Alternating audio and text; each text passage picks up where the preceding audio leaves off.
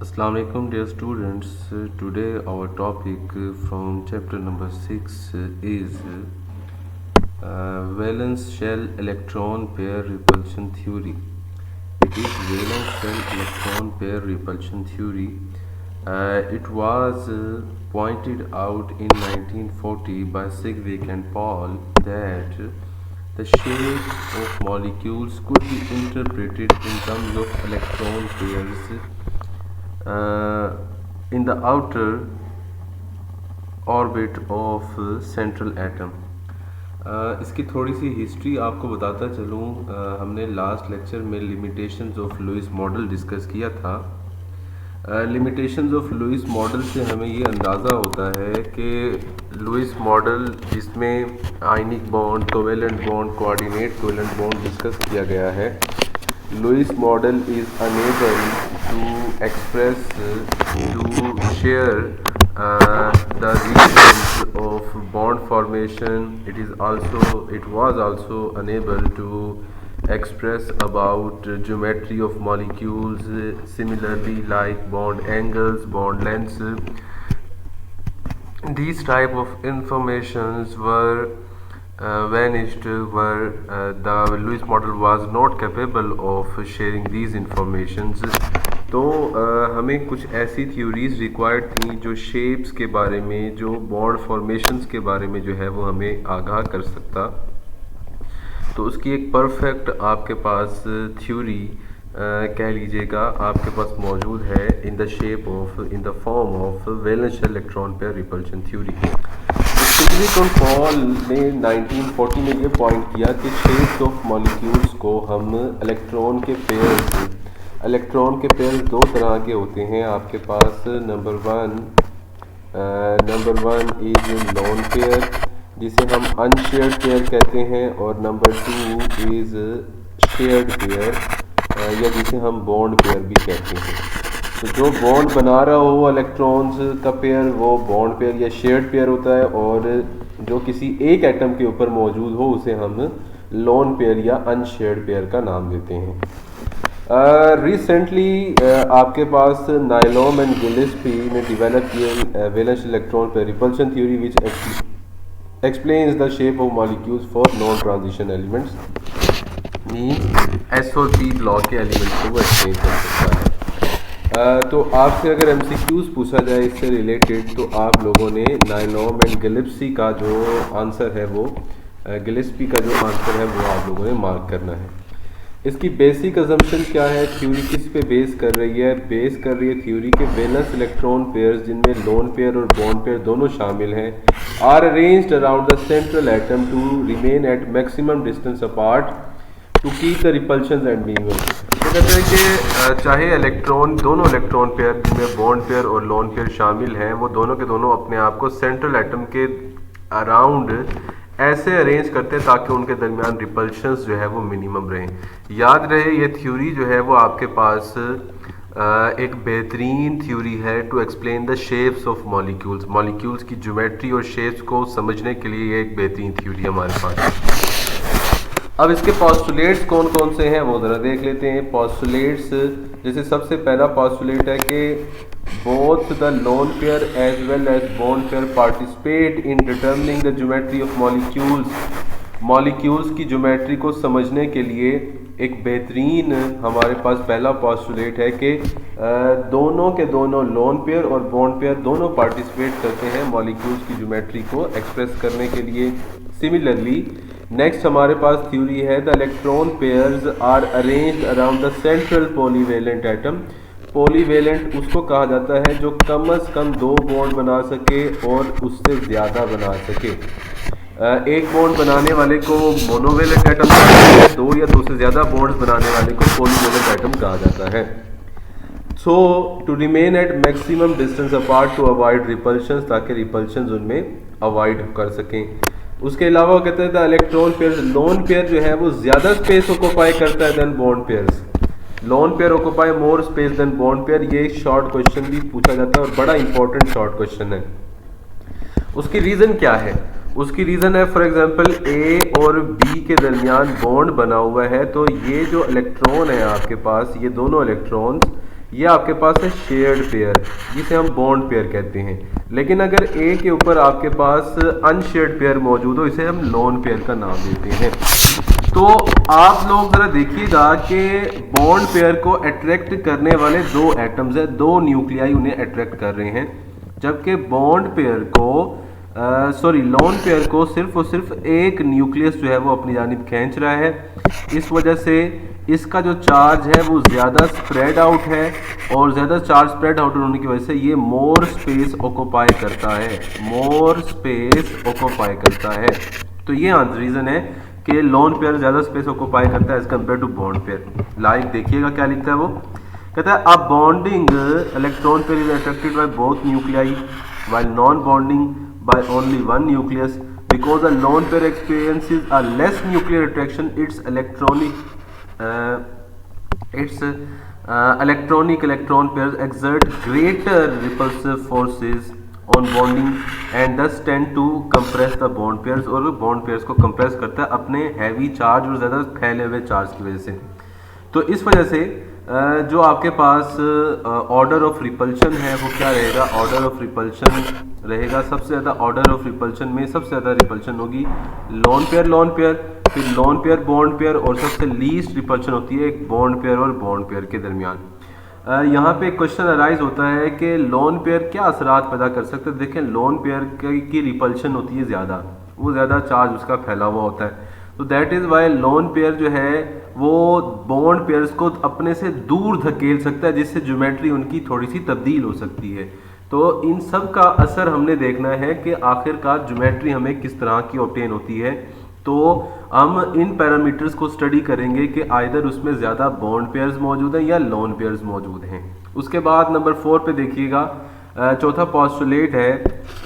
चौथा पॉस्टुलेट हमारे पास मौजूद है, the 2 electron pairs of a double bond and 3 electron pair of a triple bond contain a higher electronic charge density, therefore they occupy more space than one electron pair of a single bond।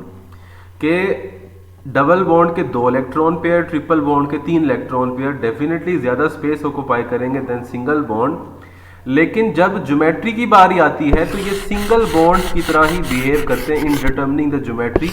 मतलब अगर single की जगह double हो या double की जगह triple हो आपके पास, तो ज्योमेट्री अनअफेक्टेड रहती है। लीनियर हो तो लीनियर ही रहेगी, अगर आपके पास लीनियर ना हो, बेंट ज्योमेट्री हो, वैसी की वैसी रहेगी। तो जिस तरह की ज्योमेट्री है उससे फ़र्क नहीं पड़ता कि वो आपके पास डबल बॉन्ड है, सिंगल बॉन्ड है या ट्रिपल बॉन्ड है आपके पास, ETC। उसके बाद आप लोग एग्जाम्पल्स की तरफ आ जाइएगा। एग्जाम्पल्स मैं आप लोगों को साइड वाइज बता देता हूँ। देखिए, कम से कम भी जो बॉन्ड है ना आपका सेंट्रल, 2 किस्म के हम एटम्स को कंसिडर कर रहे हैं। कंसिडर 2 टाइप ऑफ एटम, 2 तरह के हम एटम्स को कंसिडर कर रहे हैं ऑफ एटम्स। एक है आपके पास सेंट्रल एटम। सेंट्रल एटम को हम कह रहे हैं जी कि ये A से एक्सप्रेस कर दिया, जो दरमियान में है। और दूसरे हैं सराउंडिंग एटम्स, जो सेंट्रल के इर्द गिर्द मौजूद हैं, उसको हम B से एक्सप्रेस करते हैं। ठीक है, अब हमारे पास जो पहली टाइप आएगी वो हमारे पास होगी AB2 टाइप। AB2 का मतलब ये है आपके पास बॉन्ड पेयर्स जो है वो हैं 2, और लोन पेयर आपके पास कोई भी मौजूद नहीं है। इनका जो स्ट्रक्चर है, प्रोपोज्ड स्ट्रक्चर, देखें A के गिर्द 2 B हैं, तो सबसे ज़्यादा डिस्टेंस हो सकता है जब वो 180 पे अरेंज्ड हो। 180 पे अरेंज होने का मतलब है कि एंगल इनमें 180 का है। ठीक है, और ज्योमेट्री जो है वो इनकी बिल्कुल सीधी है, उन्हें हम लीनियर ज्योमेट्री कहेंगे। अब एग्जांपल्स में देख लें, आपके पास है BeCl2, इसी तरह से आपके पास मौजूद है HgCl2।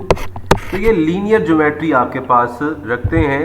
तो इस तरह का जो स्ट्रक्चर होगा आपके पास वो होगा AB2 टाइप।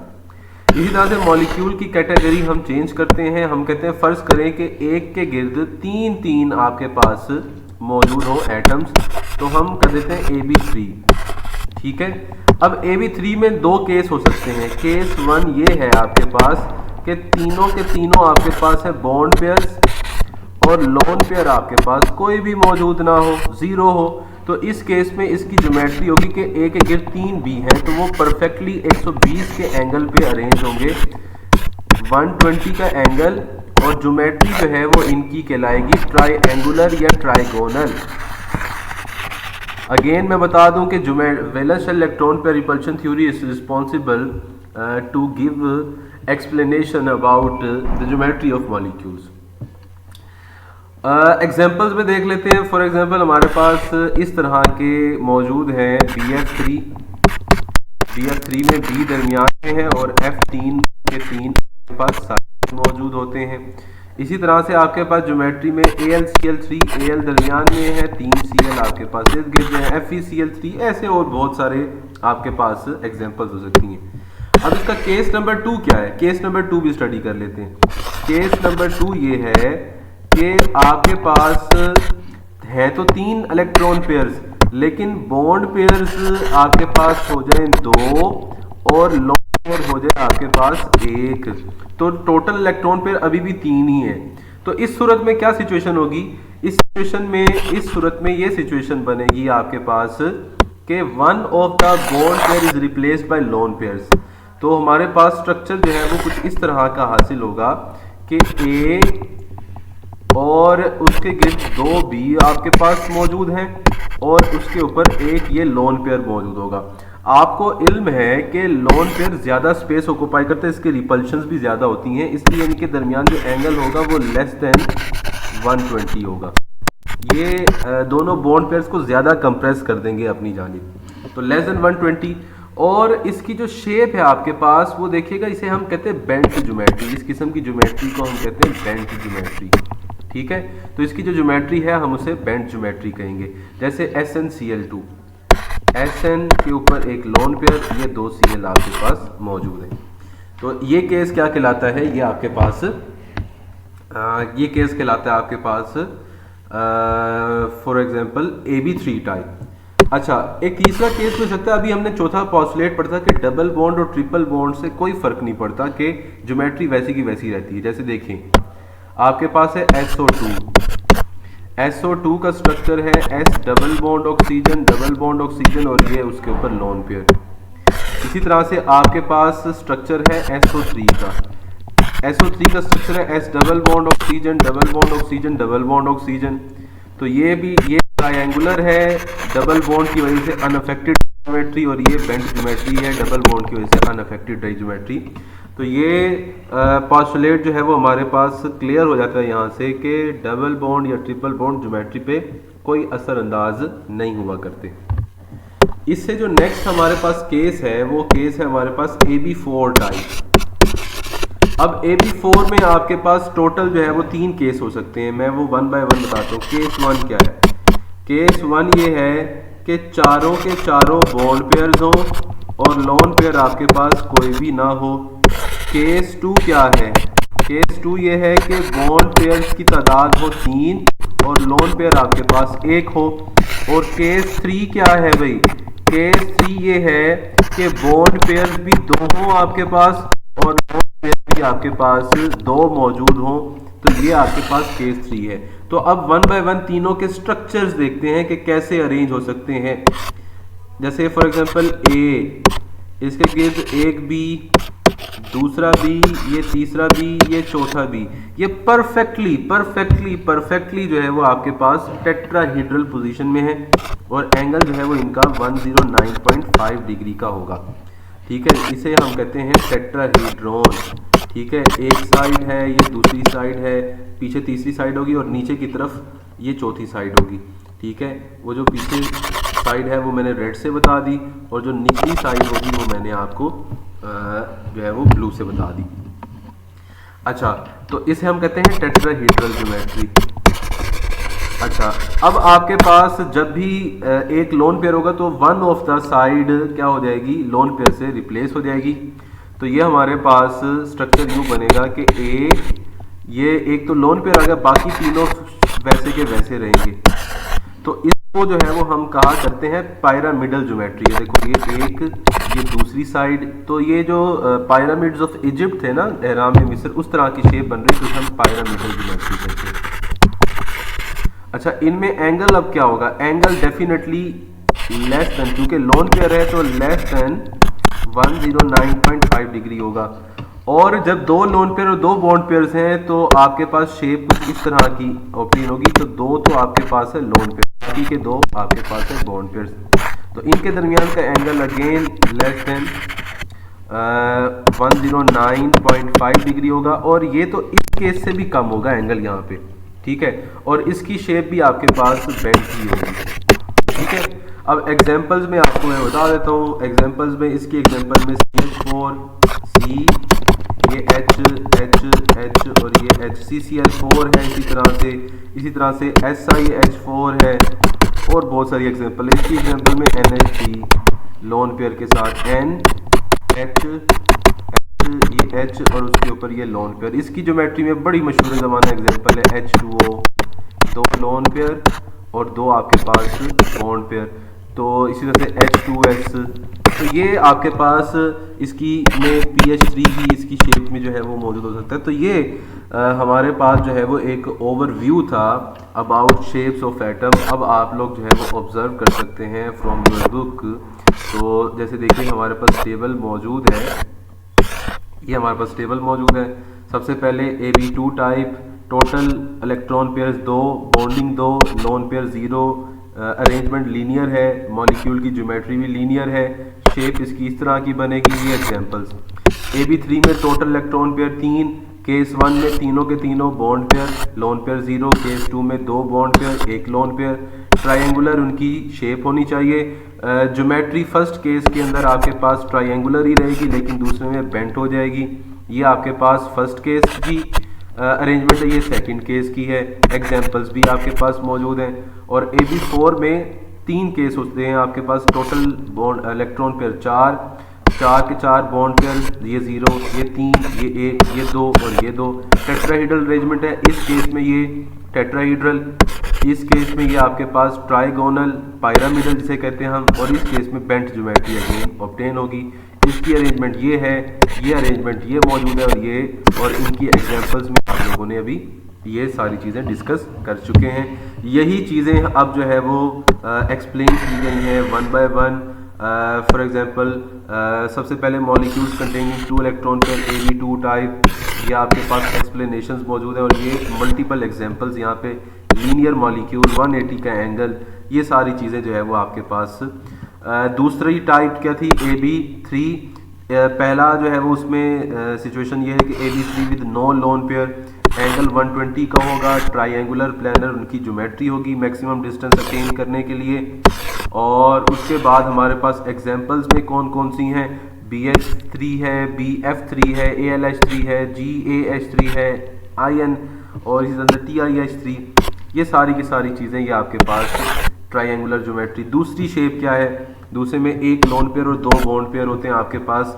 तो लेस देन जो है वो डिस्टॉर्टेड ज्योमेट्री हम उसे कहते हैं, या फिर बेंट ज्योमेट्री का नाम दिया जाता है, ठीक है। एंगल जो है वो आपके पास लेस देन 120 ये मौजूद है, लेस देन 120। उसके बाद अगर मल्टीपल बॉन्ड्स की बात आ जाए, जैसे मैंने अभी आपको SO2 और SO3 की एग्जांपल दी, तो शेप पे कोई ख़ास फ़र्क नहीं पड़ा था। फिर AB4 आपके पास आ जाते हैं। पहले नॉन लोन पेयर में आपके पास सिचुएशन है 109.5 की सिचुएशन है। इस केस में जो है वो हमें बताया गया है कि बॉन्ड बनेगा किस तरह से। देखें ये कन्फिगरेशन है 2s1, ये सब में एक इलेक्ट्रॉन है, तो ये सब के एक इलेक्ट्रॉन क्या करेंगे, हाइड्रोजन के 1s के साथ ओवरलैप कर लेंगे, तो हमारे पास नॉन प्लानर अरेंजमेंट टेट्राहेड्रल जो है वो देखने में मिलेगी। ये उसकी एग्जांपल है। फर्दर मोर इस शेप में जो है वो आपके पास 4 कॉर्नर होते हैं, 4 कॉर्नर हैं। इसके अलावा आपके पास 4 फेसेस होते हैं, 6 एज होते हैं, और 6 इनके बॉन्ड एंगल्स होते हैं आपके पास। ये MCQs के लिए जो है वो आप लोग याद कर सकते हैं। अच्छा, उसके बाद हमारे पास दूसरा केस है 3 बॉन्ड पेयर 1 लोन पेयर। ठीक है, NH3 की एग्जांपल आ जाएगी। यहाँ पे लेस देन यानी कि 107.5 का एंगल है, 109 से कम ही है आपके पास। उसकी रीज़न क्या है? उसकी रीज़न आपके पास यहाँ पे एक लोन पेयर का होना मौजूद है। ये आपसे पूछा भी जाता है सवाल कि why bond angle in NH3 is 107.5 degree instead of 109.5 degree. तो उसका जवाब आप यही देंगे कि due to the presence of lone pair on nitrogen its bond angles shrinks and eventually it is present at 109 to 107। इसी तरह से आपके पास एक NF3 के एग्जांपल है, उसमें तो बॉन्ड एंगल 102 तक श्रिंक हो जाता है। ये भी रीज़न शॉर्ट क्वेश्चन में पूछी जा सकती है। इस केस में सिचुएशन ये है कि आपके पास एक लोन पेयर और 3 फ्लोरीन है। अब 3 हाईली इलेक्ट्रोनेगेटिव एटम्स हैं, तो जो इस लोन पेयर को स्लाइटली अपनी जानिब क्या करेंगे, खींचेंगे। तो ये जितना नीचे की